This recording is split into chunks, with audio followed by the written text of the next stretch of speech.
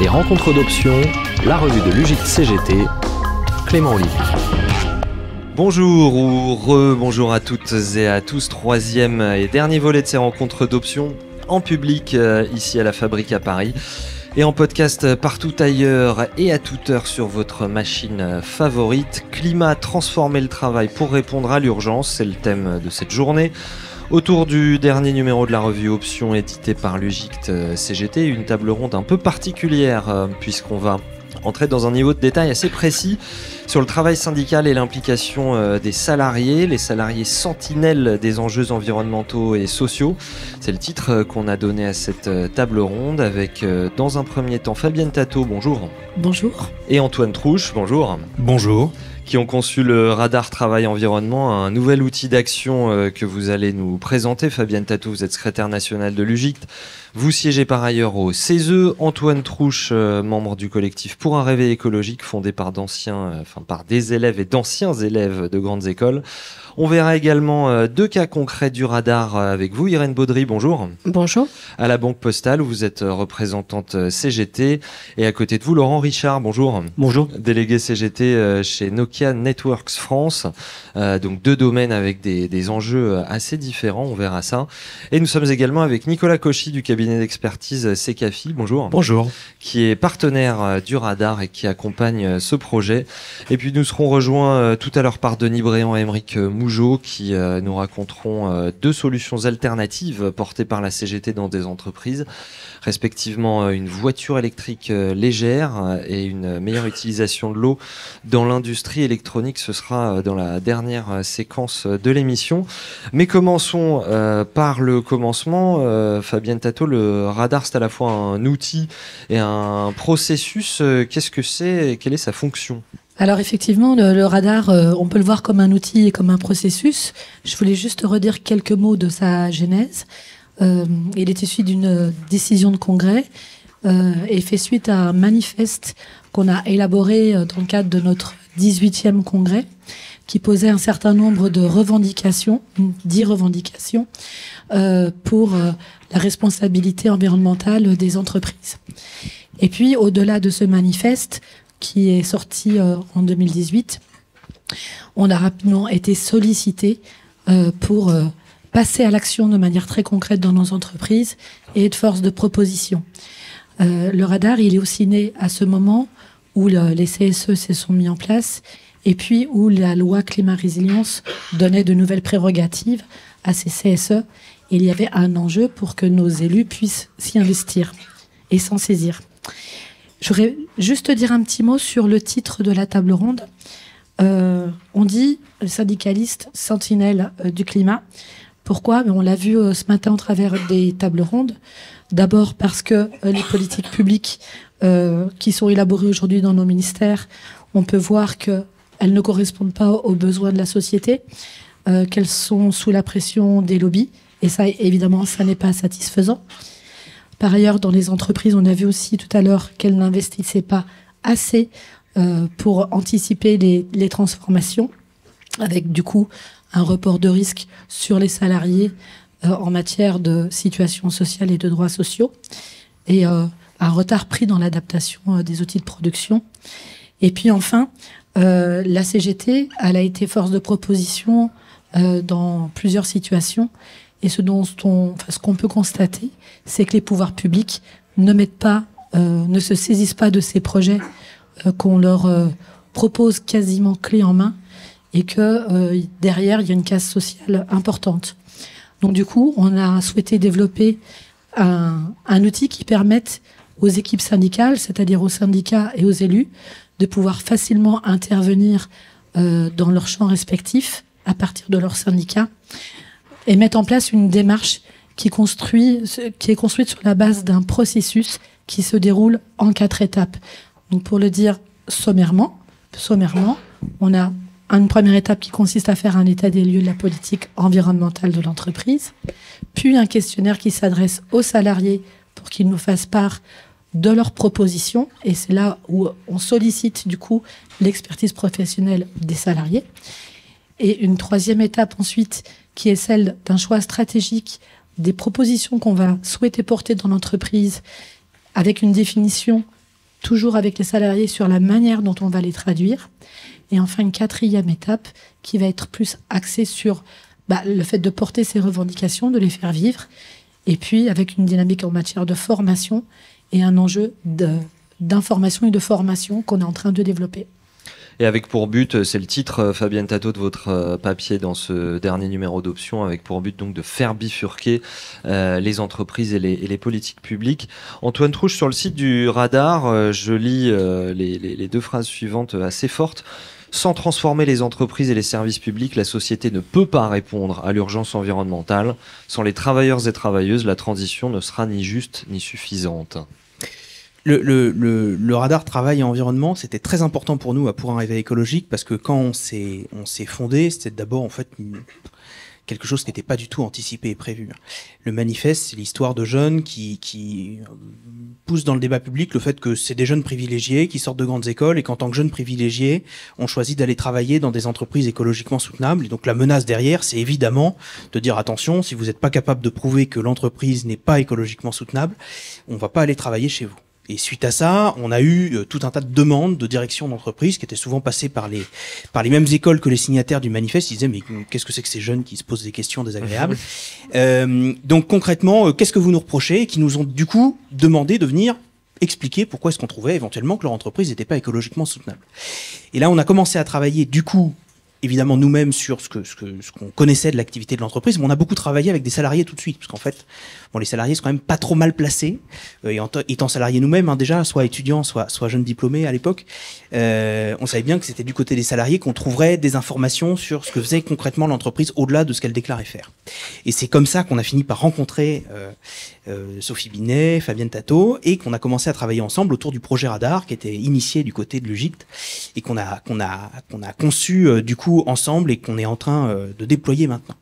Donc concrètement, vous signez également un papier dans ce dernier numéro d'Option, où et comment travailler en temps d'urgence écologique. Finalement, c'est à ça que le radar sert. C'est qu'on peut appliquer ça un petit peu partout, du coup. Alors exactement, parce que le grand enjeu sur le plan du climat, c'est faire en sorte, alors si je mets du côté l'agriculture qui est un peu spécifique, c'est faire en sorte que dans les 25 prochaines années, on cesse de brûler du pétrole, du charbon et du gaz. Et manque de peau, le pétrole, le charbon, le gaz, le gaz fossile, c'est 2/3 de ce qu'on consomme actuellement en termes d'énergie. Donc c'est pas totalement une mince affaire. Donc pour y arriver, on a besoin de plein de choses, mais quelle que soit la façon dont ce sera organisé, il faut qu'à la fin, dans les entreprises, on cesse de brûler du pétrole, du charbon et du gaz, soit pour produire de l'électricité, soit de la chaleur, soit pour produire du mouvement. Et donc pour ça, il y a déjà une transformation, une décarbonation qui est initiée. Il y a des entreprises qui commencent à s'y mettre. L'État commence à s'y mettre de plus en plus sérieusement, même si c'est très insuffisant. Sauf que du coup, pour le moment, ce qu'on voit quand même, c'est que quand les entreprises prévoient cette transformation, déjà c'est rarement très ambitieux quand elles le font par elles-mêmes. Puis c'est quand même aussi très rarement, en regardant un peu concrètement comment les salariés peuvent y participer, et quand il y a des activités qui doivent cesser, qu'est-ce qu'on prévoit pour ces salariés, comment on assure que les reconversions que ça implique soient socialement justes, se passent dans un bassin d'emploi pas trop éloigné et dans des conditions de rémunération qui sont acceptables. Donc nous, à travers le radar, ce qu'on veut faire, c'est donner un outil concret aux salariés et aux agents, parce que ça s'adresse et aux entreprises et aux collectivités et aux administrations, pour participer à la transformation écologique de l'entreprise en revendiquant une certaine forme de transformation écologique qui soit efficace. Parce qu'il faut être clair avec le fait que si jamais on n'arrive pas à sortir du pétrole, du charbon, du gaz fossile et à cesser d'artificialiser la biodiversité, ça va être très compliqué de préserver des conditions de travail et puis même globalement une vie vaguement sympathique. Et deux, assurer que cette transformation-là, elle soit suffisamment rapide pour être efficace et qu'elle soit organisée de façon à prendre en compte et les compétences des salariés et les besoins de formation ou de reconversion juste que ça implique. Et donc pour ça, on a un outil clé en main qui est, comme l'a décrit Fabienne, un état des lieux, c'est-à-dire en tant que salarié, agent, vous demandez à travers le site du radar à demander à mettre en place le radar travail et environnement dans votre entreprise, votre administration, votre collectivité. Vous faites d'abord une enquête qui ne nécessite pas de devenir un consultant spécialisé. C'est ça, on va redérouler ces 4 étapes. L'idée, c'est de partir de la base. Et donc, racontez-nous, on part d'un état des lieux. Ouais. Exactement. Donc, au départ, vous faites un état des lieux de ce que fait concrètement votre organisation de travail. Donc là, vous avez évidemment, on ne vous demande pas de faire une dissertation. Le but, c'est de répondre à un questionnaire qui est très factuel. Il y a 40 questions et sur chaque question, on vous demande de regarder une chose en particulier. Alors, il y a des choses très basiques. Est-ce que votre entreprise, elle fait son bilan carbone? Est-ce qu'elle s'assure que dans son bilan carbone, elle prenne bien en compte toute la chaîne de valeur? Est-ce qu'elle s'assure de se fixer un objectif de baisse de ses émissions de gaz à effet de serre qui soit pas un objectif très lointain dans 30 ans, mais un objectif annuel qui va du coup l'obliger à prendre des mesures dans les prochaines années.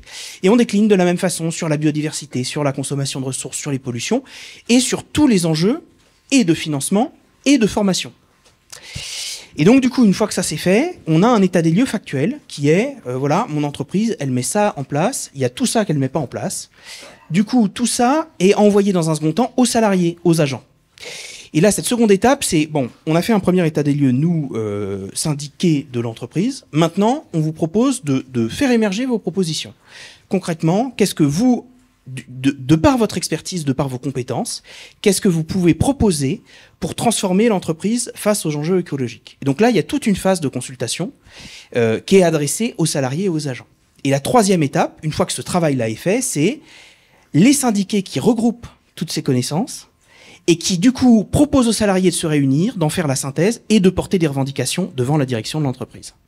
Et cet état des lieux, justement, qui est fait, il faut nous décrire comment vous le rendez visuellement. C'est-à-dire, ça ressemble à des étoiles, il faut nous le décrire. On a des objectifs et à quel point ils sont atteints. Vous réussissez à faire des graphiques à partir de ça. Expliquez-nous ça. Alors, le nom de notre outil s'appelle un radar, à juste titre, parce que l'état des lieux va permettre de dessiner une cible de la réalité de la politique environnementale de l'entreprise au travers des 7 axes sur lesquels portent les 40 questions que vient de décrire Antoine. Et dans le fonctionnement de cette cible, ce que l'on peut discerner sur chacun de ces axes, c'est que à partir des réponses que vous donnez, oui ou non, l'entreprise fait ou ne fait pas tel document, telle démarche, vous allez dessiner à partir de chacune de ces réponses un point positionné sur cette cible. Et la suite de ces points va constituer une aire. Et au final, vous allez avoir une première aire de vos réponses positives et une autre aire de vos réponses négatives. Ce que permettent de voir nos affiches, c'est que l'aire des réponses négatives est nettement, mais nettement plus grande que l'aire des réponses positives qui est dessinée par la couleur verte, et qui, elle, malheureusement, aujourd'hui, est encore toute petite. Donc, à elle seule... On a plutôt des petites taches vertes au milieu de grands océans rouges sur ces graphiques. C'est effectivement, et c'est le schéma qui se répète au fur et à mesure qu'on produit les états des lieux. Et donc, ça justifie pleinement l'utilité de cet outil radar, parce qu'il permet pour nous tous ceux qui mettent en place, chacun dans son entreprise, de se rendre compte du travail qu'on a besoin de déployer et de la communication et de l'information qu'on a besoin de donner aussi aux salariés pour changer la donne. Et il est utile aussi qu'il soit impulsé par Logique avec l'appui du collectif pour un réveil écologique et avec l'expertise de CECAFI sur la formation, parce qu'on va pouvoir en tirer des bilans et donc une analyse qui n'existe pas aujourd'hui sur les politiques environnementales des entreprises. Tout ça, donc pour arriver, Antoine Trouche, à une quatrième étape qui consiste tout simplement à agir. Oui, exactement. Alors, la quatrième étape, c'est que vous avez produit un beau rapport dans lequel vous avez, les résultats de l'état des lieux que vous avez fait. Alors, évidemment, sous la forme de cette visualisation-là. J'étais en train de me dire tout à l'heure que c'est un peu l'inverse de la CGT, la plus il y a de rouge et moins c'est bon signe. Donc du coup concrètement, vous avez cette visualisation, vous avez la liste de tout ce que votre entreprise, suite à l'état des lieux, vous avez pu observer qu'elle ne mettait pas en œuvre les actions minimales qui lui permettaient d'être sérieuse sur les questions environnementales. Vous avez toutes les propositions qui sont faites par les salariés, que du coup les salariés et agents, que du coup dont vous avez la charge de faire la synthèse. Et du coup quand vous avez ça, l'enjeu c'est de faire en sorte de le porter en tant que revendication. Donc nous, on a fait tout un travail ensemble sur, concrètement, c'est quoi les leviers d'action que vous avez en entreprise, au-delà des leviers d'action traditionnels et que vous connaissez déjà des syndicats, que vous avez dans la loi. Il n'y a pas grand-chose dans la loi, mais il y a quand même des choses. Donc c'est quoi vos droits d'interpellation, vos droits de demande d'information, vos droits de demande de consultation et d'accès à certains rapports produits par l'entreprise. Donc on vous a fourni et on a construit des fiches assez détaillées sur ces questions-là. Et du coup, généralement, ce qui nous vient comme demande à la fin, c'est des demandes de formation, puisque les enjeux écologiques sont complexes. On fait en sorte que le radar soit le plus simple possible à mettre en place. Ça nécessite un peu de temps, hein. Mais par contre, on fait en sorte que ça puisse vraiment être mis en place par tous les syndiqués, y compris s'ils sont pas experts des enjeux écologiques. Il y a justement tout un appareil avec la mise en place du radar qui explique pourquoi est-ce que on demande de se préoccuper de la mise en place d'un bilan carbone, de la biodiversité, etc. À quoi ça sert. Et ça peut servir derrière de matériel revendicatif. Et du coup, nous, tout le travail qu'on est en train de faire en commun, c'est de pouvoir répondre à ces demandes de formation de la part des camarades et pouvoir, à partir de la rentrée, mettre en place des formations syndicales, des webinaires ouverts aux salariés sur les enjeux écologiques et sur comment est-ce qu'on peut agir à partir de son travail. Et on va y venir à des exemples plus précis. Un mot néanmoins... Pour compléter ça, Fabienne Tato, c'est-à-dire qu'on voit que c'est un processus qui est long, qui est complexe, c'est technique, mais que le but c'est bien de reprendre le pouvoir sur son travail et puis de recréer du lien avec les salariés. Oui, alors le radar, c'est effectivement une démarche qui vise à produire des propositions sur les stratégies de l'entreprise ou de son administration, parce qu'on l'a pas dit, Antoine, mais en fait notre radar, il rencontre quand même un succès, quel que soit le domaine, enfin l'entreprise, mais aussi l'administration ou la collectivité où travaillent les agents publics ou les salariés. À ce stade, on a déjà une 60aine d'expériences radar qui sont en cours, et pour la moitié, elles sont dans les collectivités territoriales et dans les administrations. Pour nous, syndicalement, ce radar, il est aussi important parce qu'il permet de mettre en musique, si je puis dire, la démarche de la CGT, qui est une démarche de transformation du travail par le travail, avec l'investissement des salariés, un plein engagement des salariés. Et nous, ce que l'on fait avec ce radar, c'est qu'on concourt à retisser des liens de qualité en fait avec les salariés.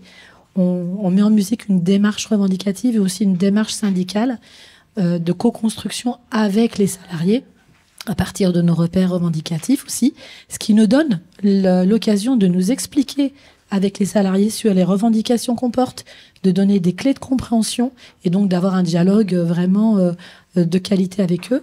Et puis on espère que le fait de mettre en place ce radar concourt aussi à l'engagement des salariés au sein de la CGT et à ce qu'ils nous soutiennent, à ce qu'ils souhaitent participer en tant que candidats sur les listes CGT, et ce faisant, d'améliorer le rapport de force dont on a besoin pour pouvoir porter ces revendications. Donc c'est vraiment à la fois un outil revendicatif et je dirais presque aussi un outil de la vie syndicale. Alors justement, Irène Baudry, Laurent Richard, on voit bien deux secteurs très distincts, la banque d'un côté, les réseaux de l'autre. Comment vous en êtes venu au radar? Où vous en êtes sur ce processus qui est long? Quel bilan d'étape là vous en tirez pour l'instant? Ouais, bon, déjà on n'est pas arrivé tout du bout, parce qu'effectivement il y a une certaine complexité. Alors déjà pourquoi on y est allé, c'est que c'est un sujet qui nous est remonté par les salariés, donc on ne peut pas ne pas être sur ce sujet. Deuxièmement, donc nous on l'a mis en place au sein de la Banque Postale, qui a un positionnement banque citoyenne, RSE, donc tout ce qu'on connaît, les leitmotifs des grands groupes français actuellement. Donc la Banque Postale, qui est dans le groupe La Poste, groupe Caisse des dépôts et consignations, et qui ont remis à leur sauce le terme pôle financier public, qui nous est un de nos repères revendicatifs, avec effectivement de l'utilisation de l'argent public sur des sujets qui nous tiennent à cœur, dont la transformation, métamorphose sur des sujets climatiques notamment. Donc pour toutes ces raisons-là, on trouvait quand même intéressant d'aller voir, nous, alors au sein du groupe La Banque Postale, donc les salariés, environ 3500 salariés de la Banque Postale, de voir effectivement ce qu'ils en pensent, sachant qu'effectivement, un deuxième point, c'est que pour le moment, on fait face à une communication interne de la boîte qui mitraille les salariés, donc c'est important pour nous de porter autre chose et d'amener la réflexion là où des fois on ne demande pas aux salariés de réfléchir. Est-ce que vous arrivez à vous en sortir, à surnager dans cet océan d'informations, à porter une action syndicale là-dessus? Ouais. Alors oui, donc dans le déploiement de l'outil, la première difficulté, c'est qu'effectivement, pour la première phase, c'est de recueillir l'ensemble des informations. Et effectivement, quand on a des rapports de 400 pages pour aller chercher l'information avec beaucoup de jargon, Est-ce que c'est fait sciemment ou pas, voilà. Mais on peut se poser des questions et notamment une des difficultés, c'est que quand on est dans un groupe, est-ce qu'on inclut l'ensemble des filiales? Est-ce qu'on parle que de la Banque Postale, des filiales de la Banque Postale, de CNP Assurance, des postiers de la Poste qui prestent pour la Banque Postale? Enfin, voilà, il y a toutes ces questions-là. Et en fait, selon les sujets, on a tout le monde ou pas tout le monde. Donc, c'est un peu difficile de réagréger l'ensemble de l'information et d'avoir une vision claire et unifiée sur tout le groupe la Banque Postale. Laurent Richard, groupe également, alors un secteur différent, Nokia Networks. Quels sont les enjeux dans votre secteur? Alors, déjà, je dirais au niveau de notre groupe, ce qu'il faut savoir, c'est que le groupe Nokia en France, essentiellement, il a repris ce qui était avant Alcatel-Lucent International et les filiales. Donc en France, on a 3 filiales. La filiale principale dans laquelle je suis, c'est Nokia Networks France, qui fait du réseau, ce qui permet à toutes vos petites boîtes de communiquer entre elles, entre autres, et avec tout le back-office via de la fibre, ainsi de suite. Oui, concrètement, c'est quoi? C'est des antennes relais? C'est ça, essentiellement des antennes relais, mais pas que ça. Il y a aussi une autre filiale qui fait tout ce qui est câble sous-marin, ce qui est un axe très stratégique parce que on coupe les faisceaux de câbles sous-marins, il se passe plus rien. On coupe toutes les télécoms. Et une filiale antenne qui est malheureusement en train d'être démantelée parce que Nokia n'a pas assez retiré d'argent de cette filiale et puis a laissé la filiale filer. Donc je dirais déjà au niveau environnement, clairement le groupe se proclame comme un groupe orienté écologie, environnement, avec un super rapport qui est sorti tous les ans au comité de groupe, qui effectivement il est complet, il est intéressant. Mais dans les faits, quelle est la part entre le greenwashing, la pub et puis le concret? Donc clairement les salariés, ce qui les intéresse, c'est déjà des salariés, ils sont père et mère de famille, donc ils ont des enfants, une prochaine génération qui a envie de vivre dans un environnement sain, entre guillemets. Donc rien que ça, déjà, je dirais en termes de... Par rapport au travail de tous les jours, savoir dans quelle manière mon travail de tous les jours dans les télécoms me permet de m'insérer dans cet environnement ou pas, de faire des choses qui vont dans le bon sens ou pas. Et là, il y a beaucoup à dire. Et je dirais au niveau des données qu'on avait au niveau du comité de groupe, effectivement, c'est des données intéressantes, notamment sur la manière dont on produit les cartes électroniques, des choses de ce genre-là, mais ça reste toujours high level. C'est-à-dire, dès qu'on va aller dans le concret, des choses plus proches du boulot de tous les jours de nos ingénieurs, parce qu'on est quasiment que des ingénieurs, là, il manque beaucoup d'infos. Et c'est là où clairement, je pense, on a notre rôle à jouer pour aller chercher l'info, mobiliser les salariés pour qu'ils puissent s'épanouir au vrai sens du terme, faire un boulot qui est plutôt dans le bon sens. Donc là, l'un et l'autre, vous en êtes à quelle étape du radar? À la première? Nous, on en est à la 3e étape, on va dire. La 3e étape déjà? Donc la première étape, on l'a faite, je dirais, avec nos experts. On avait 2 experts de notre cabinet d'expertise qui nous ont bien aidés pour répondre aux 47, je crois, questions, à la fois au niveau groupe et au niveau entreprise, ce qui est pas mal. Et derrière, ça nous a permis d'établir un questionnaire qu'on a diffusé en 2 temps. En novembre 2022, avec pas trop de succès. On a réitéré la diffusion de ce sondage, ce questionnaire en juin, et on a eu à peu près 200 réponses. Donc 200 sur la partie où on a diffusé, parce qu'on a diffusé que chez NNF. Je dirais c'est à peu près 10% de réponses, ce qui est pas si mal que ça, avec une vingtaine de salariés qui ont laissé leurs coordonnées. Donc avec qui on essaie de reconstruire quelque chose. On a fait une réunion il y a peu. Pour l'instant, la réunion n'a pas eu le succès qu'on voulait, mais on va réitérer ça, et puis pour créer des groupes de travail sur des sujets court terme, moyen terme, long terme. Même question, Irène Baudry, vous en êtes où? On en est à peu près au même stade. Ouais, effectivement, nous dans la démarche, effectivement, donc au-delà de ce recueil d'informations, en fait, on a eu besoin d'échanger avec la direction de l'entreprise qui est en charge de ces questions-là, parce qu'effectivement, donc dans les grands groupes, maintenant, les entreprises s'organisent en termes d'organisation du travail pour avoir des salariés qui sont sur ces sujets. Et donc, généralement, c'est quand même plus facile d'échanger avec ces salariés-là qu'avec la direction de l'entreprise qu'on a de manière habituelle. Parce que normalement, c'est des personnes qui sont quand même ouvertes sur ces sujets-là et qui étaient plutôt contentes de nous voir arriver avec cet outil et qui étaient désireuses de communiquer et de savoir ce qu'était cet outil. Donc, on a eu quand même cette chance-là de pouvoir au moins échanger là-dessus. Ensuite, sur la phase d'envoi du questionnaire, donc, on a fait un premier envoi du questionnaire via une mailing list qu'on a mis en place au sein de la Banque Postale. Et un deuxième envoi, on a profité de nos élections professionnelles pour envoyer ça via les professions de foi.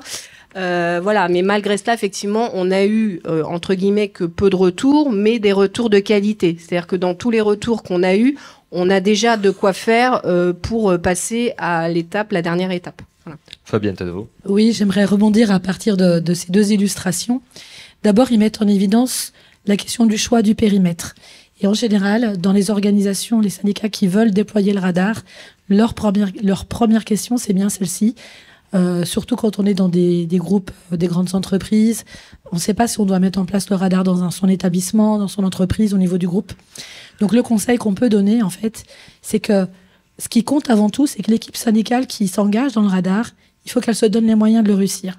Aujourd'hui, il faut arrêter les projets qui nous mènent à l'échec. Donc en fait, il faut vraiment calibrer son projet de telle manière à être sûr de réussir. Parce que c'est très important sur les équipes syndicales pour donner confiance dans le fait que quand on est force de proposition, on obtient des choses. Donc en fait, le conseil très concret que nous on donne, c'est de choisir son périmètre en fonction de là où on identifie les forces. Si par exemple, on sait que les données, on va les avoir plus facilement au niveau du groupe, ce qui est loin de son entreprise, son site, eh bien on commence par là. Mais c'est aussi ce qui va permettre de mettre en évidence ensuite qu'on a besoin d'avoir des données beaucoup plus localisées. Et c'est très important d'aller le plus près possible de l'entreprise, du site de production ou de service.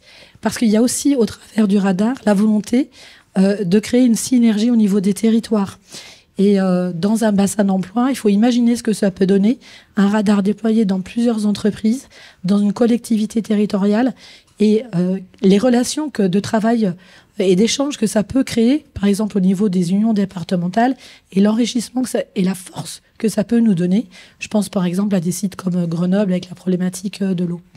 Ensuite, je voulais réintervenir par rapport non seulement à la question du périmètre, mais c'est aussi au niveau des résultats. On a souvent tendance à se dire, on a mis en place le radar, mais on n'a pas eu beaucoup de réponses. La plupart du temps, nous, quand on regarde avec Antoine, on dit « Waouh, ils ont vraiment eu beaucoup de réponses ». Parce que c'est la première année qu'on lance, c'est un truc tout nouveau, les salariés ne connaissent pas cet outil.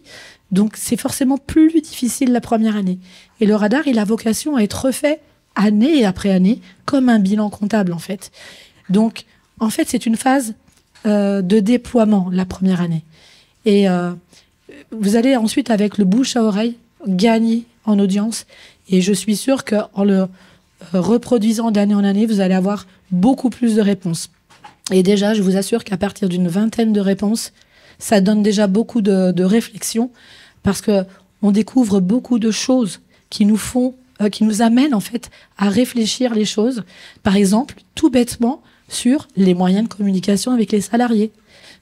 Moi, dans mon ministère, on a une possibilité de communiquer très largement avec les salariés, mais c'est pas le cas partout. Il y a des entreprises où ils n'ont pas le droit de le faire. Donc, on va commencer à réfléchir sur comment je vais faire, comment je vais contourner la difficulté. Est-ce que je vais revendiquer? Voilà. Ça, c'est quand même des démarches très intéressantes. Si je synthétise, puisque c'est deux secteurs différents et qui ne sont pas forcément les premiers auxquels on pense quand on pense écologie, si je synthétise, Irène Baudry, les spécificités de la banque et de la finance sur le climat, ça va être que finance-t-on? Et puis ça va être la politique de vote quand la Banque Postale a des actions auprès de telle ou telle entreprise. Pourquoi elle vote dans les conseils d'administration? Ouais, en fait, c'est vrai qu'il y a deux pans. Il y a les choses où je pense qu'on va avoir beaucoup de points communs avec les salariés de Nokia, ne serait-ce que sur des sujets de cantine, de gaspillage alimentaire. Et ensuite, il y a les thématiques propres à notre secteur. Donc effectivement, sur le sujet de financement, c'est de se dire que peut financer une banque qui se dit justement sur une trajectoire de décarbonation. Et c'est là où effectivement, en étant salarié en interne, on est quand même le plus à même de questionner la méthodologie et de voir si c'est du blabla, donc du greenwashing, ou si vraiment concrètement, ça tient la route derrière. Voilà. Et c'est pour ça que quand tout à l'heure je parlais de jargon financier, moi quand j'ai lu le rapport, je me suis dit mais je comprends pas. Moi ça me parle pas en termes d'organisation interne. J'ai pas l'impression que c'est totalement ça. Certes, on affiche qu'on finance des choses vertes, mais derrière en pratique, est-ce que c'est vraiment le cas? Et est-ce qu'on peut questionner cette méthodologie de dire là c'est telle empreinte carbone, mais encore une fois on prend que le sujet carbone, pas le sujet de biodiversité, pas le sujet d'utilisation de l'eau, avec un secteur financier qui en est à une dématérialisation de ses procédures et donc à un accroissement justement d'utilisation de la data, des réseaux, etc. Donc ça, c'est un premier sujet. Le deuxième sujet sur la politique de vote, que ce soit, donc là je parle groupe La Banque Postale, lorsqu'effectivement le groupe La Banque Postale détient des actions, je vais dire par exemple de Carrefour, et qu'il y a une question sur la rémunération du PDG de Carrefour, est-ce qu'une telle rémunération est compatible avec des objectifs de transformation d'une société, avec des objectifs de développement durable? C'est des questions, et ça, effectivement, il nous manque de la transparence là-dessus pour être sûr que derrière ces mots qui sont affichés par une banque, est-ce que derrière, en pratique, c'est vraiment le cas? Et dernier point qu'on n'a pas évoqué, mais en termes de politique monétaire, parce que les banques diffusent aussi la politique monétaire de la BCE, c'est aussi quelque chose qu'on demande. La création monétaire se fait par les banques privées. Voilà, c'est aussi notre argent. C'est aussi de faire en sorte qu'il puisse y avoir aussi un fléchage vers les vrais projets qui pourraient du coup métamorphoser notre société. De votre côté, Laurent Richard, ça va être des sujets plus de type industriel, obsolescence programmée, la relocalisation, les circuits courts, l'impact environnemental, les moyens de production, ce genre de choses? Il y a différents types de sujets. Effectivement, il y a ces sujets-là, notamment circuits courts. En l'occurrence, je dirais avoir un marché qui est essentiellement... je suis désolé, j'utilise des termes du capitalisme, mais malheureusement vite dedans. Mais je vous en prie. Un marché qui est essentiellement basé en Europe, en Afrique ou en Amérique, et avoir des usines de production en Chine, la cohérence, elle est pas géniale, quoi. Donc avoir des usines de production plus proches des clients, déjà en termes de transport, ce serait un mieux. Donc avec des impacts non négligeables aussi sur les réductions de coûts aussi, et avoir du transport réduit, pouvoir être proche du client pour faire du support, des choses de ce genre-là, c'est très important. Il y a ça.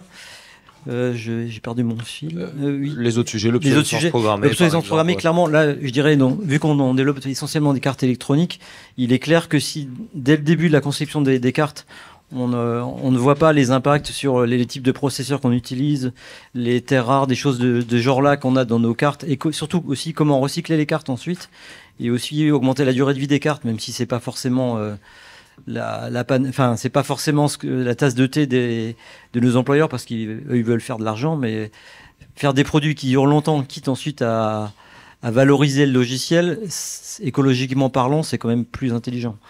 Et là, clairement, c'est les ingénieurs de base qui développent les produits qui peuvent apporter les idées. C'est pas les financiers qui financent notre entreprise, entre autres. Nicolas Cauchy, oui, on voit bien que évidemment là, l'idée est de partir de l'expertise, du savoir-faire des salariés.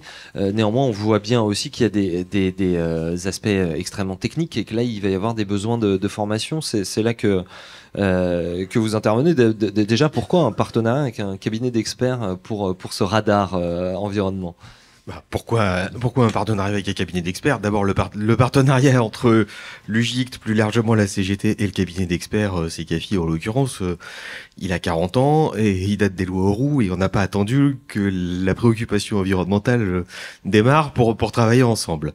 En revanche, c'est vrai que lorsque Sophie, Fabienne et quelques autres, il y a plusieurs années maintenant, ont souhaité réfléchir sur une prise en compte de tous ces enjeux, assez naturellement, il y a un certain nombre de collègues à nous qui ont proposé des pistes de réflexion qui ont conduit à ce qu'on voit aujourd'hui.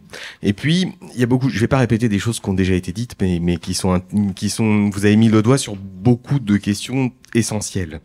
Il y en a une première qui a été soulevée par Fabienne et par Antoine, qui est que cet outil ne prend son sens que si il aboutit sur un principe d'action.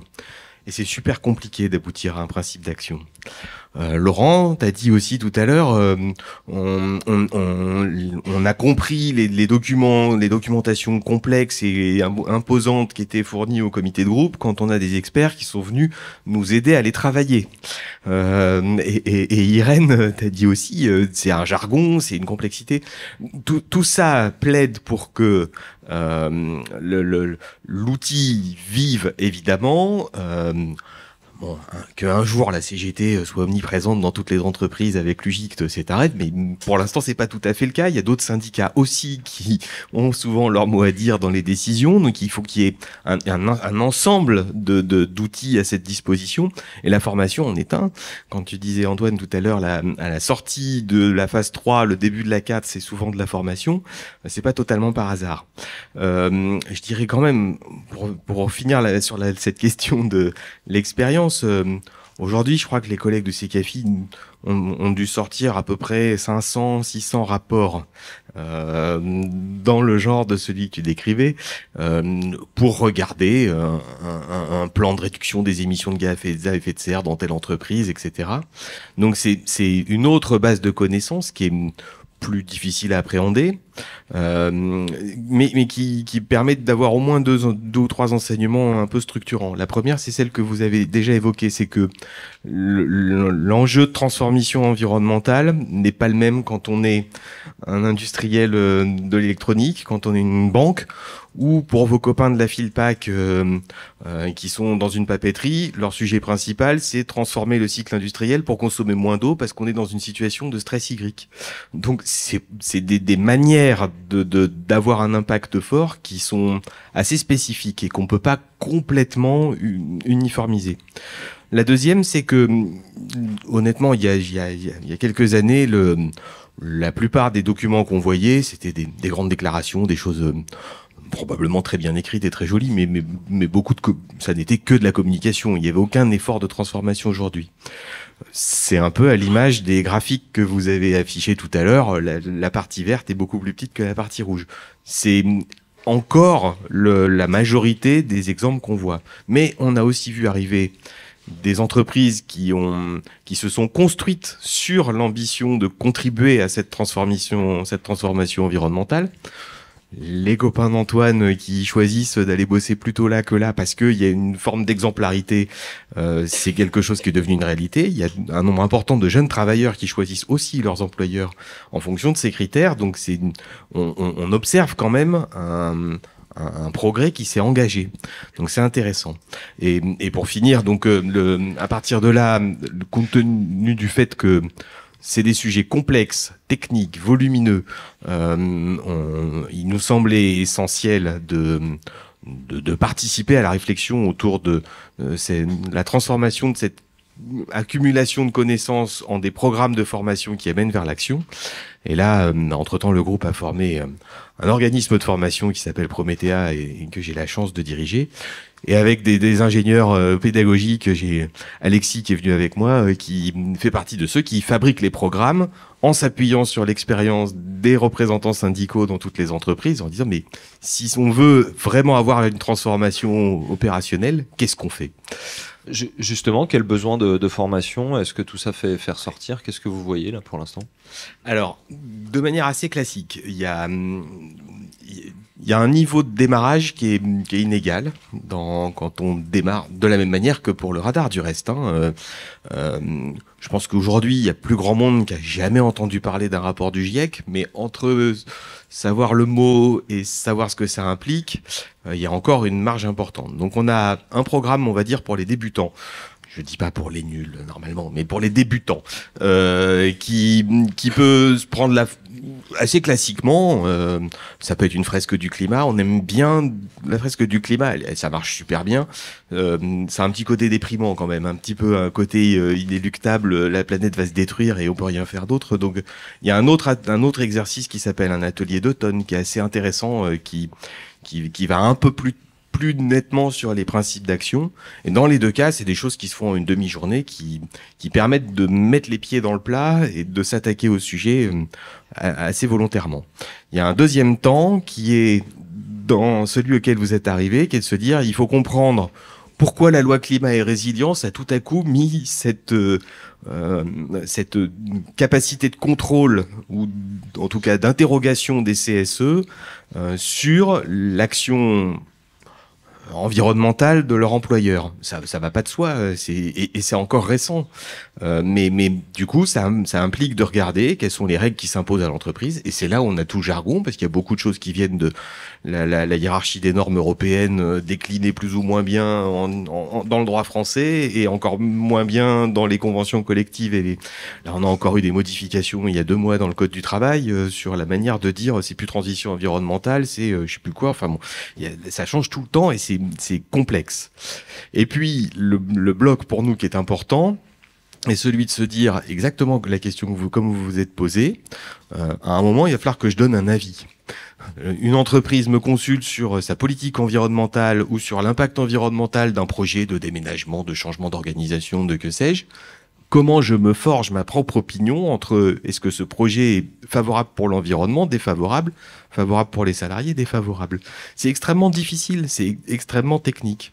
Et donc c'est là où l'exercice pédagogique permet, en accumulant les données, les points de repère existants, d'aider les représentants des salariés, en tout cas dans les CSE, à commencer à prendre en compte d'une part la manière dont ces sujets sont considérés et d'autre part à être un peu plus exigeant dans l'effort de transformation que ça implique. Pour finir, il y a un niveau, une fois qu'on arrive à ça, on a un niveau plus expert qui est la réponse, pour l'instant on l'a pas encore fait, c'est du papier, la réponse sur le passage à l'action. Mais on a quelques pistes intéressantes. On a des choses qu'on, là aussi un petit peu été évoquées, un module par exemple qui permet de réfléchir collectivement avec tout un groupe d'élus de CSE sur les éco-gestes qui peuvent être portés par l'organisation syndicale, les représentants des salariés et proposés à l'ensemble de la population des salariés. Ça va pas du tout de soi.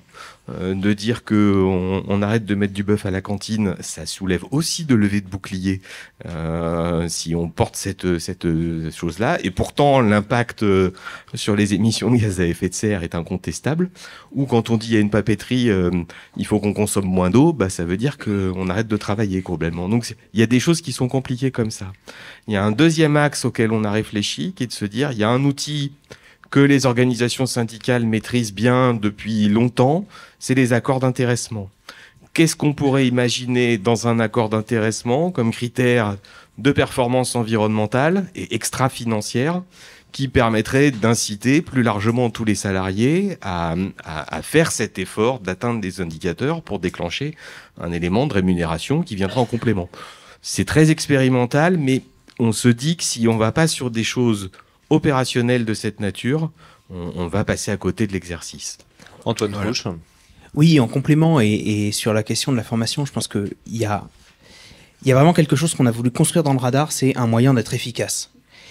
Parce que déjà, tous les syndiqués vont pas devenir des experts des enjeux climatiques, de biodiversité, de gestion des ressources, de gestion de l'eau, de gestion des pollutions. Et parce que il faut, et pour prouver le fait qu'on soit compétent sur les questions écologiques et pour aller convaincre d'autres salariés de participer à cette transformation, il faut montrer qu'on arrive à identifier et à agir sur ce qui compte vraiment. Et du coup, dans le radar, on a fait en sorte, et d'une part, de construire un outil qui oblige à prendre en compte toute la chaîne de valeur de l'entreprise. Et du coup, c'est aussi un outil qui incite à donner des outils intellectuels et revendicatifs en faveur de relocalisation. Mais après, la relocalisation en tant que telle, il y a aussi des besoins de faire en sorte que ce qu'on produit localement soit produit de façon beaucoup plus vertueuse sur le plan environnemental et social. Et donc le radar, il donne vraiment... Il dirige le regard vers des outils qui la plupart du temps existent, sont d'ailleurs parfois produits par l'entreprise sans qu'elle l'utilise vraiment. Il y a des entreprises qui sont capables de faire des outils de reporting, d'être transparents sur leur impact environnementaux dans des rapports et dans des données que personne ne connaît, et ça les empêche pas par ailleurs de communiquer très fortement sur ce qu'elles font et qui concerne 2% de leur impact environnemental, sans parler des 98% qui comptent vraiment et qui ont un impact. Donc le radar, il est construit pour vous aider à identifier ce qui compte, à identifier ce sur quoi vous pouvez avoir une action utile et efficace, et il est construit pour que vous puissiez le faire connaître aux salariés et impliquer au maximum les salariés qui, quand même, c'est un peu comme nous tous dans cette salle, quoi. Quand même plein de gens qui sont préoccupés par les enjeux écologiques, savent pas trop par quel bout le prendre, et ce radar, c'est une façon, et pour les syndiqués et pour les salariés, de donner un bout qui permet d'avoir une action efficace dans l'entreprise.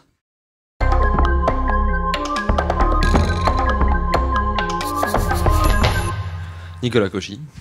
Ouais, il y a une chose qui me semble essentielle et c'est la raison pour laquelle on a choisi de faire ce travail ici avec l'équipe de l'UGICT et pas avec d'autres. C'est que on partage une conviction à la base, c'est que la transition environnementale, elle s'impose à nous, c'est la cible de tout ce dont on discute.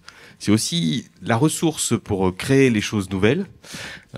L'atteinte de cette cible ne peut se faire que si l'entreprise se porte bien, elle a des moyens, et si elle est respectueuse de l'emploi, du volume de travail et qu'elle se fait en considérant ça. C'est assez différenciant. On a eu des discussions extrêmement denses avec toutes sortes d'organisations, y compris avec les gens de Carbone 4 et tout ça. La dimension environnementale, elle commence à être assez connue. Elle peut être plus ou moins polémique, elle peut être plus ou moins inspirante, etc. Le S dans RSE de la dimension sociale est moins bien connu. Et ça, je pense que c'est le sujet qui, dans l'organisation syndicale comme chez nous, fait la différence d'approche. On peut pas aller vers la transition environnementale En appauvrissant les gens. en approvissant les gens. Ça a été déjà un peu dit par Antoine tout à l'heure, mais c'est quelque chose qui a été une marque de fabrique assez essentielle dans toute la réflexion.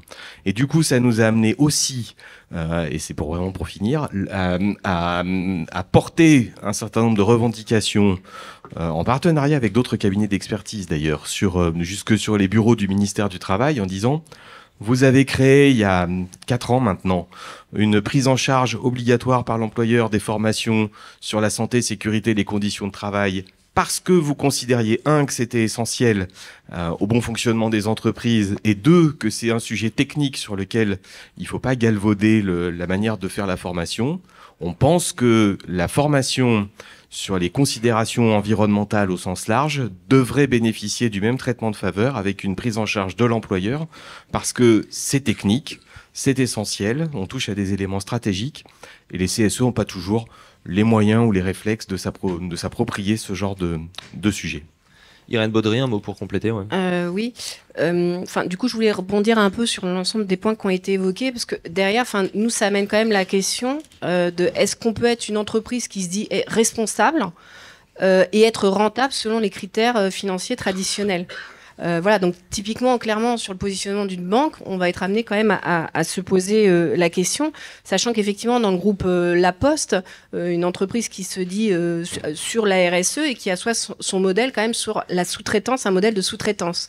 Et là où je veux en venir, c'est qu'effectivement, dans les grandes entreprises qui sont également donneurs d'ordre, elles ont aussi un rôle d'exemplarité et d'impulsion pour qu'effectivement, dans les TPE et les moyennes entreprises, ils puissent eux aussi avoir les moyens de pouvoir réfléchir à ces sujets-là et ne pas être complètement, on va dire, avoir des donneurs d'ordre qui demandent des conditions économiques infaisables. Deuxième point qui n'a pas été abordé, c'est la GEP, enfin la gestion prévisionnelle des métiers. Je trouve que c'est encore trop balbutiant. On a un exemple typique dans le groupe La Poste avec une entité qui s'appelle Mediapost sur les imprimés publicitaires. C'était pas comme si on ne savait pas que il n'y avait pas d'avenir très bon pour ces imprimés, et là on en est sur un plan social. Voilà, donc c'est là où on se dit 2 salles, 2 ambiances, il y a sur le papier ce qu'on écrit, et dans la réalité il n'y a aucune anticipation, et donc pas beaucoup de réflexion, même au niveau de la branche bancaire, pour réfléchir sur les nouveaux métiers, les métiers en transformation, etc.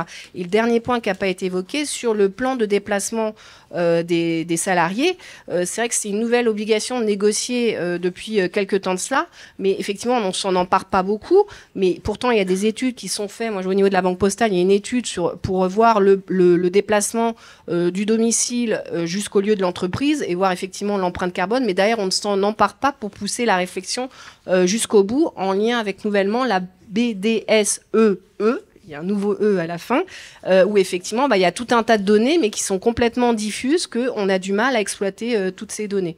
Donc voilà, c'est des éléments complémentaires. Laurent Richard.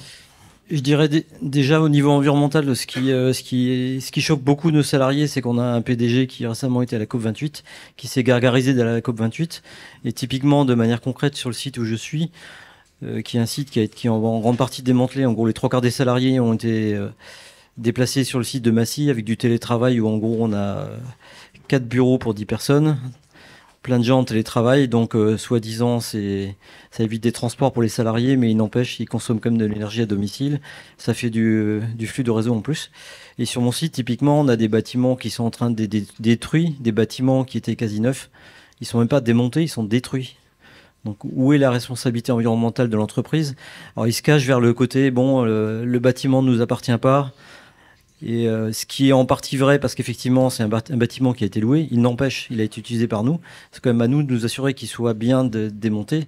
Or ce bâtiment, il est détruit, grignoté, avec une partie des bureaux qui ont été purement et simplement mis à la benne, des bureaux tout neufs plutôt que les donner. Enfin, là aussi, je dirais, l'entreprise, elle a une responsabilité environnementale. Et là, les salariés, je dirais, c'est des sujets qui les interpellent parce que c'est visuel, ils le vivent tous les jours. Et là, je pense qu'on a un angle d'attaque aussi sur le quotidien. C'est-à-dire pas seulement la finalité des produits qu'on sort, mais aussi le quotidien de comment on gère l'environnement localement, dans la boîte. Dans la vie de Effectivement, l'entreprise. tout à fait. Au niveau de la cantine, comment on gère la cantine, comment on promeut ou pas des voyages au long cours plutôt que des voyages moins loin, avec moins d'avions, des choses de ce genre-là, quoi. Fabienne Tato. Oui, je voulais un petit peu rebondir sur toutes ces interventions. Il y a deux choses qui me marquent, moi, en fait, et qui sont des questions qui sont amenées du fait de la mise en place du radar. D'une part, c'est quand même la complexité d'accès aux documents auxquels on est censé avoir droit. Donc, moi, j'ai du mal à croire que ce ne soit pas une stratégie des entreprises. Et il y a vraiment un enjeu à la fois d'accessibilité, tout simplement, mais aussi de rendre compréhensibles ces documents pour qu'ils soient exploitables par les élus et les syndicats. Deuxièmement, c'est que ce qui se passe dans l'entreprise, c'est comme ce qui se passe dans la société. C'est-à-dire qu'on nous renvoie à des initiatives individuelles, des comportements individuels, pour être les mieux-disants et les champions sur les questions environnementales. Donc ça se traduit, par exemple, par des politiques salariales qui conditionnent nos niveaux de salaire à l'atteinte de résultats sur les questions environnementales, sauf que on n'a pas notre mot à dire sur ces politiques environnementales en l'état. Donc moi, je trouve ça profondément injuste et plutôt malvenu. Donc il y a un enjeu à dépasser ce cadre individuel dans lequel on veut nous enserrer. Et nous, il faut qu'on gagne ce cadre collectif d'intervention et de proposition de projets alternatifs. Et donc pour ce faire, il y a aussi un enjeu de formation pour atteindre ces objectifs-là. Et ce que je remarque dans les entreprises, c'est qu'il y a beaucoup de fresques du climat qui se font, c'est très populaire, mais sauf que ces fresques-là, elles ne traitent pas le social. En fait, une entreprise qui fait de la RSE, eh bien qu'elle nous fasse le S du social, quoi. Nous, c'est ce qu'on attend, c'est ce qu'on doit pousser. On est exemplaire si socialement on est aussi exemplaire et qu'on ne nous présente pas des plans de licenciement collectif au bout du bout, alors qu'on sait depuis des années qu'une activité ne sera pas viable sur le long terme, que les transformations soient anticipées. Donc les salariés savent ça.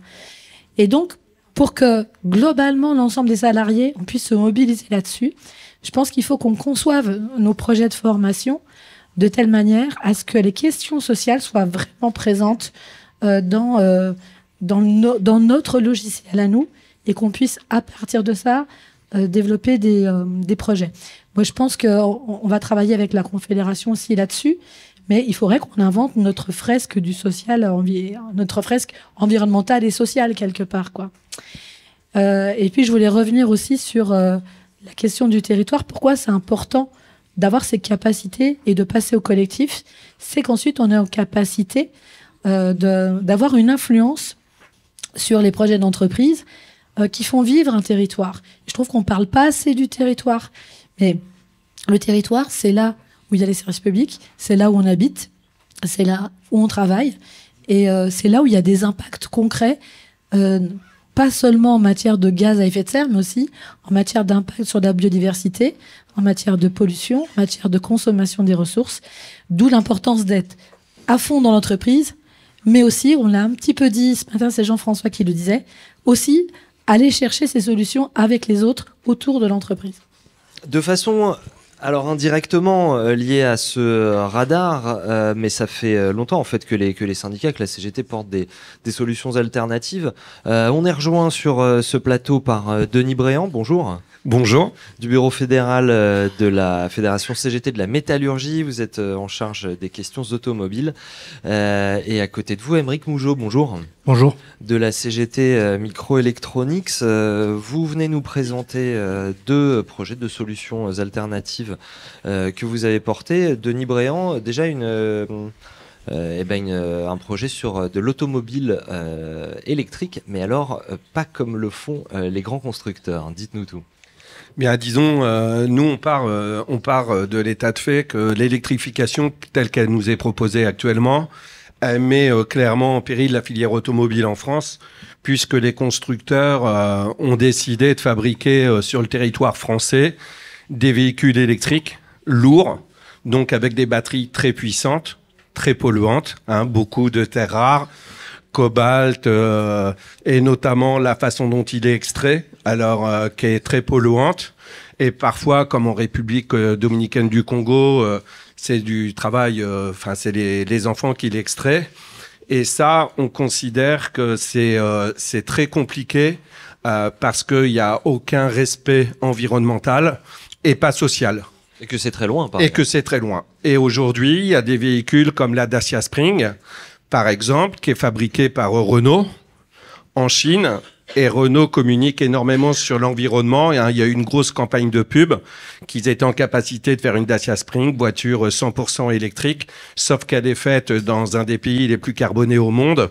Et elle revient avec des conteneurs sur le territoire français. Ce qui fait, c'est important de le rappeler, qu'une voiture électrique de gros volume, sur la totalité de sa vie, elle consomme quasiment autant de carbone qu'une voiture à essence ou à diesel. Eh bien oui, disons qu'aujourd'hui, alors il y a deux sujets. C'est qu'une voiture, il n'y a pas de véhicule 100% propre. L'électrification. La bonne énergie, c'est celle qu'on ne consomme pas, n'est-ce pas? Oui. Tout à fait. Un véhicule électrique peut être une des solutions pour l'avenir de la filière. Mais en tout cas, ce qui est sûr, c'est qu'un SUV ou un Porsche Cayenne électrique, c'est tout sauf respectueux de l'environnement et encore moins d'un point de vue sociétal. Parce que si on prend les exemples, alors il n'y a même pas à aller loin, parce qu'il y a aussi une stratégie des donneurs d'ordre, des constructeurs, qui est de faire énormément de marge sur les véhicules. On fait tout un... on met énormément en avant l'usine de Douai, par exemple, pour Renault, qui fabrique la Mégane. La Mégane, c'est une voiture qui a entrée de gamme et à plus de 40 000 euros. Donc, c'est une voiture que le salarié lambda ne peut pas se payer. Et on s'aperçoit d'ailleurs que cette voiture-là ne se vend pas. Et si on veut vraiment répondre aux besoins des usagers en respectant l'environnement, on pense qu'il faut faire des véhicules segment A. Alors, segment bas A, c'est tout ce qui est Twingo, Fiat 500, et voire segment B, qui sont des voitures comme la Clio, par exemple. Voilà, donc la nécessité d'un véhicule électrique qui soit petit, qui soit abordable, accessible à tous, et puis fabriqué sur le territoire national, Denis Bréant. Tout au moins au plus près des usagers, pardon. Et oui, sur le territoire national, on a les compétences. On a les usines, on a Flins par exemple qui est en grande difficulté aujourd'hui et on a tout ce qu'il faut pour le fabriquer en France. Après, il faut que ce soit une volonté des donneurs d'ordre et aussi une volonté des politiques, puisqu'aujourd'hui il y a des milliards qui sont déversés pour la filière automobile sans que le gouvernement demande de contrepartie, qu'elle soit sociale, environnementale. Justement, ce projet, il en est où? Est-ce qu'on pourrait le mettre en place demain, entre guillemets, s'il y avait une volonté? Bien sûr. Et puis d'ailleurs, il n'y a pas que la CGT qui le dit. On a organisé récemment un forum de l'automobile, puisqu'à la fédération, on a une réflexion. Souvent, on faisait un format, les assises de l'automobile, où c'était tous les syndicats de l'automobile qui étaient réunis. Mais on pensait tous la même chose et on repartait. Il n'y avait pas de... Et le forum, on l'a voulu novateur. C'est pour ça qu'on a demandé à des ONG, donc Réseau Action Climat, Greenpeace. On n'est pas d'accord sur toutes les propositions, mais en tout cas, on s'est accordé sur un véhicule, un petit véhicule électrique. Décrivez-le nous, justement. Ouais. Alors, on est reparti. Alors, il y a deux sujets. Parce que faut savoir que la fédération, par exemple, en 2011, on était déjà novateur. L'usine de Flins, de Sandouville, avait déjà proposé un projet de déconstruction des véhicules. Ça n'avait pas été retenu ni par le gouvernement, ni par Renault, mais c'était vraiment un projet abouti. Et malheureusement, les salariés n'ont pas été écoutés sur le sujet.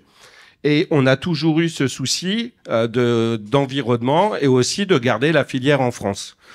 Il y a eu récemment, en 2020, le projet industriel Renault qui portait justement la faisabilité d'un véhicule électrique accessible à tous, à 20 000 euros environ sans les aides de l'État. Et c'est un projet qui a été défendu dans les syndicats. Mais il n'y a pas que ça. On considère aussi que si les constructeurs ne sont pas capables et si le gouvernement n'a pas la volonté, on a aussi un autre exemple qui est très très parlant. C'est à Blanquefort. On a l'usine Mutares. Alors Mutares, c'est un fonds de pension ancien Magna, ancien Ford, qui est en réelle difficulté. Et sur le territoire de Blanquefort, par exemple, on a un ancien ingénieur de Renault, qui a inventé la Gazelle. Qui est justement, on peut lire un papier de Jean-Philippe Juin dans ce numéro d'option, la petite voiture électrique, solution, mais de transition, c'est ça qui est important. Pas de substitution, mais de transition. Je vous en prie, continuez sur Blanquefort. Tout à fait. Ouais. Et puis, nous, alors, on veut pas être les commerciaux forcément de la Gazelle, mais on veut vraiment croire à ce projet parce que c'est la démonstration claire, nette et précise qu'on peut garder de l'emploi en France et qu'on peut aussi être novateur, et que si les constructeurs sont pas capables de le faire, eh ben que les salariés prennent un peu les choses en main. Aymeric Mougeot, autre secteur, autre problématique, ST Microelectronics, c'est une entreprise qui fabrique des puces et des semi-conducteurs, des enjeux très contemporains. On a vu qu'il y a eu une crise autour de ça. Et ce qu'on oublie assez souvent, c'est que c'est très consommateur en eau. Oui, ST Microelectronics, c'est une entreprise donc de microélectronique, comme son nom l'indique. Je vais peut-être revenir rapidement sur ce qu'on fait, parce que c'est moins clair que Renault. C'est moins connu en tout cas. Donc c'est une entreprise franco-italienne qui produit des puces qu'on va retrouver dans les smartphones, dans les voitures, y compris surtout dans les voitures électriques avec l'électronique de puissance, mais aussi dans votre machine à laver, dans les satellites. On produit des puces qui vont un peu partout. Il s'est avéré que c'est quelque chose qui a chuté en Europe. Aujourd'hui, on produit 8% de la microélectronique mondiale à peu près en Europe, ce qui est pas assez par rapport à ce dont on a besoin pour nos usages actuels. Et on est dépendant des producteurs qui sont essentiellement asiatiques. Principalement, voilà. C'est Corée du Sud, Taïwan, Chine, essentiellement. Et il y a quelques années, il y a 1 an et demi, on a une pénurie de composants qui est arrivée suite à une sécheresse à Taïwan, les fermetures Covid en Chine, tous ces éléments-là. Et là, on a eu un arrêt partiel de l'industrie en Europe et ailleurs. Et d'un seul coup, nos gouvernements se sont inquiétés de la souveraineté de nos pays sur la question de microélectronique. Nous, en tant que syndicat, on portait ça depuis longtemps. On a eu des revendications pendant des années sur ces éléments-là. Et là, la réponse, elle arrive avec des subventions et des projets industriels. Donc nous, notre usine, elle est en périphérie de Grenoble, à Crolles. Et Monsieur Macron est venu sur notre usine pour annoncer un grand projet d'extension, un projet à 7 milliards d'euros. Donc c'est le plus grand projet industriel hors nucléaire en France.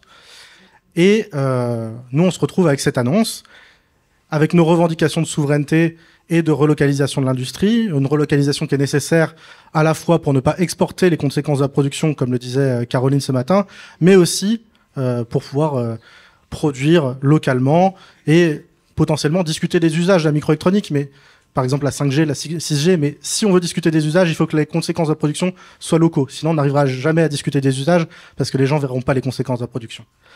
Donc, on se retrouve avec nos revendications de souveraineté, mais des conséquences environnementales potentielles. Donc voilà, subvention importante, agrandissement de l'usine et du coup, une démultiplication de l'usage de l'eau. Voilà. Pour donner une idée, notre usine, elle consomme à peu près autant d'eau potable qu'une ville de 200 000 habitants, mettons.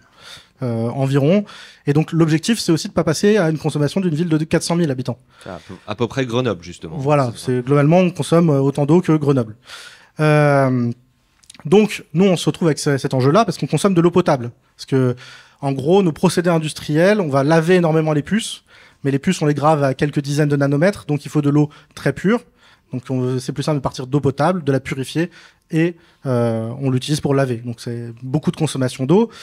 Nous, on se retrouve avec ce problème-là, et côté CGT, un des premiers éléments qu'on voit, c'est on a quasiment 3 milliards de subventions, mais on voit pas de contraintes sociales et environnementales. Donc nous, c'est dans le communiqué de presse qu'on fait à l'époque, on dit, là, pour nous, ça pose problème. Quand on fait des subventions de cet ordre-là, il faut des garanties sociales et environnementales à côté. Et à partir de là, on s'est mis à travailler.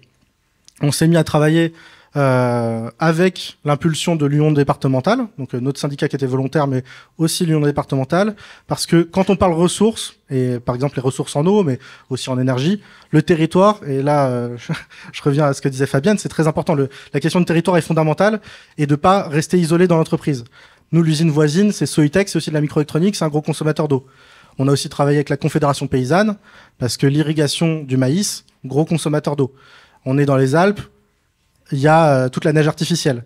Donc on peut pas réfléchir la ressource en isolé. Donc on s'est mis à travailler comme ça. Et là, on a, nous, apporté notre connaissance du travail. Donc c'est à la fois poser des questions en CSE, où la direction, elle répond plus ou moins parce qu'ils sont pas très volontaires de donner des éléments, mais ils répondent un peu quand même. Mais aussi et surtout notre connaissance des salariés. Et il y a des salariés qui connaissent bien la consommation d'eau et qui peuvent nous informer. D'autre part, on a l'union locale qui va bosser avec nous. Et l'union locale, ce qu'ils vont nous apporter, c'est la grille de tarification de l'eau.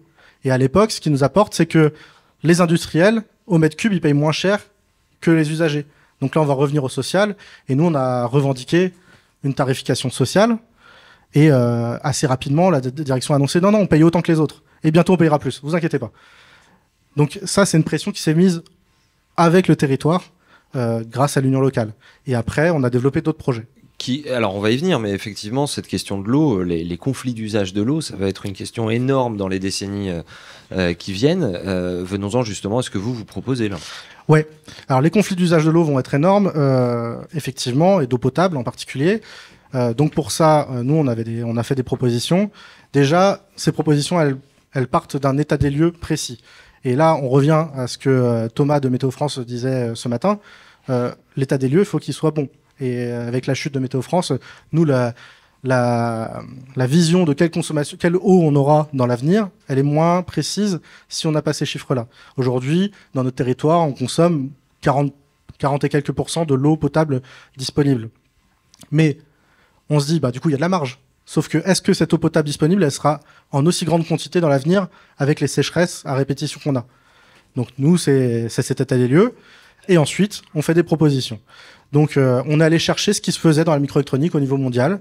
Par exemple, la réutilisation de l'eau. Donc, le projet phare qu'on a, c'est de dire, l'eau, on nettoie les plaques avec, elle ressort souillée, il faut la retraiter sur site. Aujourd'hui, on la retraite, mais pour la rejeter pas trop sale dans le fleuve qui est à côté, la rivière.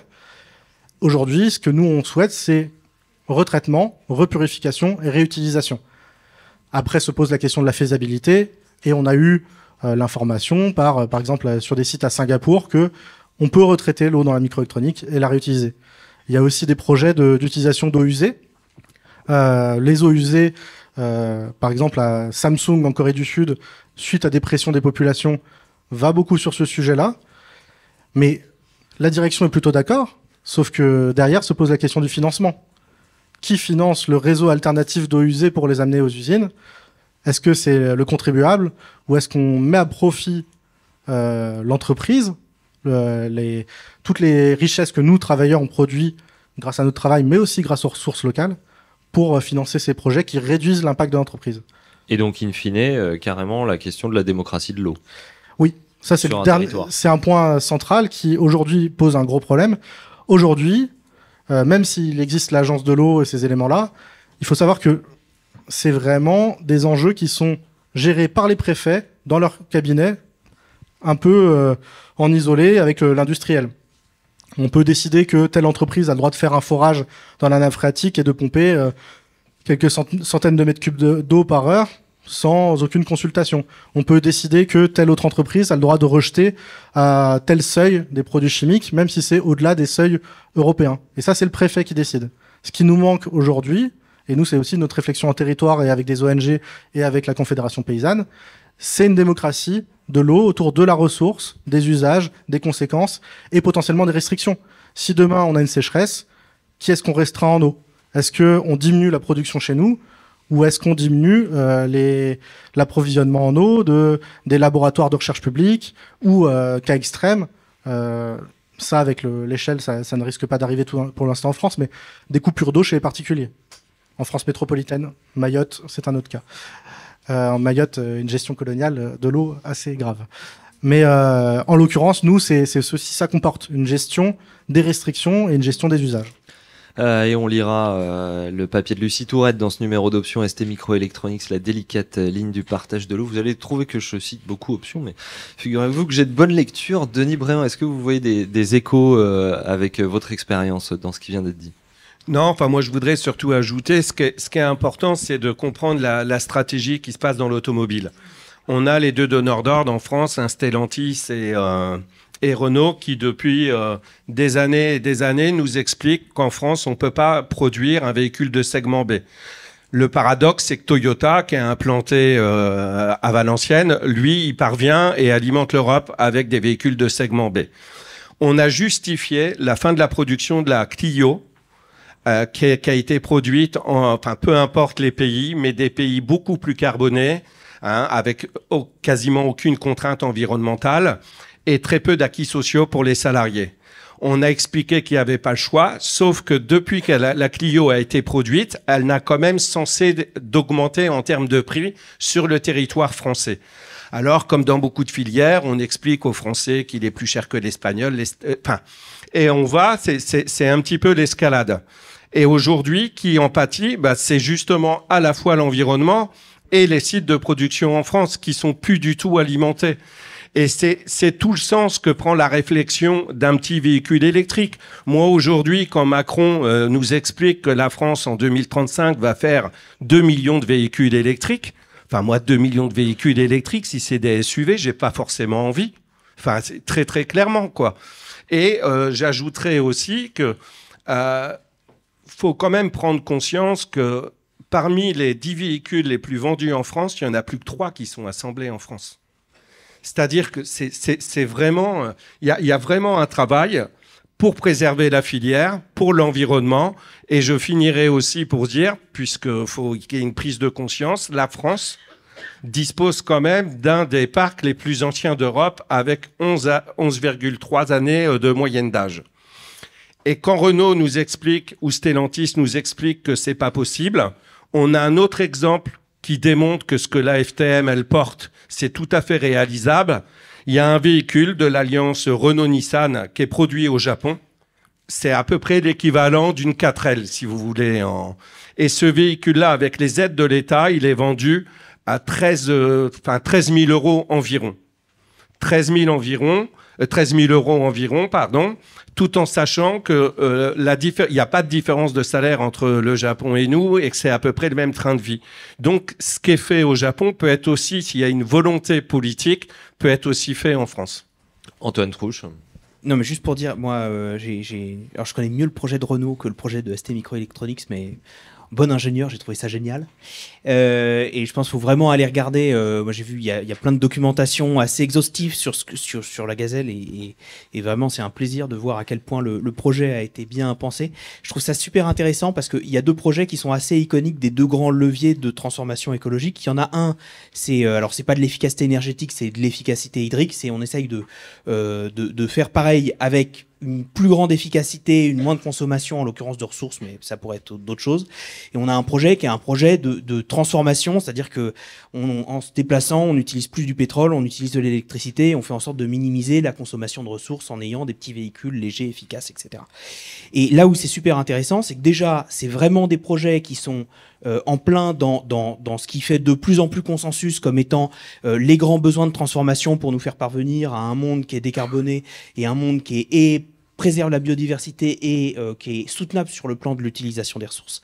Et du coup, ça pose plein de questions, parce que du coup, là, un projet d'efficacité hydrique, de réutilisation des eaux usées, ça pose la question, je suppose, à un moment, d'avoir de nouvelles compétences et d'avoir des ouvriers, techniciens, ingénieurs qui savent et dépolluer et réutiliser l'eau. Et ça pose la question, évidemment, sur la production de petits véhicules électriques. On sait que la production de véhicules électriques, c'est par véhicule moins intense en utilisation de force de travail. Ça pose des questions aussi sur tout ce qui va être sous-traitant, parce que les besoins en termes de sous-traitance ne sont pas les mêmes et de produits nécessaires à la fabrication des véhicules ne sont pas les mêmes. Et je pense que ça, vraiment... Alors, Alors c'est ce qu'on essaye de faire un peu avec le radar à l'origine, mais faut vraiment réussir à avoir des discussions collectives là-dessus dans ces secteurs-là. Parce que ST Microelectronics, à l'origine, je pense que les liens avec tout ce qui est dépollution de l'eau est quand même pas tout à fait évident. Et à travers le fait d'être syndiqué, c'est la possibilité d'aller parler avec des camarades qui travaillent dans d'autres secteurs dont on aura besoin et de créer des alliances dont on aura besoin pour faire la transformation écologique. Il y a des grands scénarios dont vous avez peut-être entendu parler, qui sont faits par le Shift Project, par Negawatt, etc., qui essayent d'évaluer l'impact de tout ça sur l'emploi. Et ils donnent des quantifications assez dingues des transformations et de la création et de la destruction d'emplois dans des filières comme l'automobile, comme la production industrielle, etc., etc. Et pour le moment, il y a peu de discussions. Alors, c'est des scénarios qui disent où est-ce qu'il faudrait arriver, mais pas trop comment est-ce qu'on peut y arriver. Puis il faut qu'on puisse discuter de concrètement pour aller au-delà de la destruction et de la création d'emplois, en fait, comment est-ce que les compétences actuelles peuvent être réutilisées et comment est-ce qu'on peut faire en sorte que des gens qui sont experts dans des domaines puissent se servir de leur expertise pour participer à cette transformation. Comment on assure que les reconversions, quand il y en a besoin, et il y a plein d'endroits où il y a des activités qui sont clairement insoutenables, comment est-ce qu'on peut assurer le fait qu'elles se passent de façon juste? Et ça, je pense vraiment que comme le gouvernement actuel va pas initier par lui-même ces discussions-là et ces débats-là dans les filières qui sont concernées, faut vraiment qu'on arrive, et alors, le radar, c'est une porte d'entrée, mais il peut y en avoir plein d'autres, à ouvrir ces discussions dans les filières qui sont concernées. Ok, on a des grands scénarios de transition énergétique et écologique pour la France qui nous disent qu'il faut qu'on arrive là. Ok, comment on s'organise pour que ça puisse arriver? C'est quoi les conditions pour que ça puisse arriver de façon qui est juste et dans lequel, si possible, on fait progresser et les conditions de travail et la rémunération. Et ce qui reboucle effectivement avec le sujet de la table ronde 2 de tout à l'heure sur la démocratie en entreprise et par ailleurs avec celle de la toute première sur le mode de production. Fabienne Tato, un mot de conclusion. Oui, déjà pour dire que les deux témoignages qu'on vient d'avoir, je les trouve assez illustratifs de ce qu'on fait finalement aussi avec le radar. C'est-à-dire qu'en fait, vous procédez déjà à un état des lieux précis. Ensuite, vous produisez des propositions. Et puis, vous êtes ensuite dans une mise en œuvre en évaluant les possibles. Et c'est finalement ce qu'on essaye de faire avec le radar, là où, dans les entreprises ou les administrations, il n'y a pas encore de réflexion sur des projets alternatifs pour l'activité de nos entreprises ou sur les politiques publiques des administrations. Donc moi, j'ai envie de dire que le radar, en fait, c'est une sorte de train dans lequel on vous invite à monter pour être en capacité de collectivement prendre en main notre vie au travail et prendre en main notre travail. Et que l'enjeu pour nous, à partir d'aujourd'hui, c'est de passer d'une phase où on a déployé le radar en première année à une phase de généralisation de ce déploiement. Donc, je dirais presque une phase industrielle de déploiement du radar travail-environnement. Il y aura besoin de beaucoup de formation en direction des équipes syndicales et des salariés. Je voudrais dire aussi que notre projet à nous, l'UGICT, c'est de réactualiser le manifeste pour la responsabilité environnementale et également c'est de viser de déployer le radar dans les PME parce qu'il ne faut pas oublier, j'ai pas en tête le chiffre précis, mais je crois que ça représente en termes de poids économique pratiquement 20% du poids économique si je ne me trompe pas, en tout cas un poids considérable. Merci infiniment à vous 7 d'avoir pris le temps de cette table ronde en long format. Amis auditeurs et dans le public, merci d'avoir été avec nous jusque-là. Profitez-en pour vous abonner à ce podcast, vous abonner à la revue Option en papier également. Un grand merci à toute l'équipe d'Option qui a conçu et fabriqué ce joli numéro. Merci infiniment à l'équipe de l'UGICT dont je ne suis aujourd'hui que les cordes vocales. Et à très bientôt. Salut!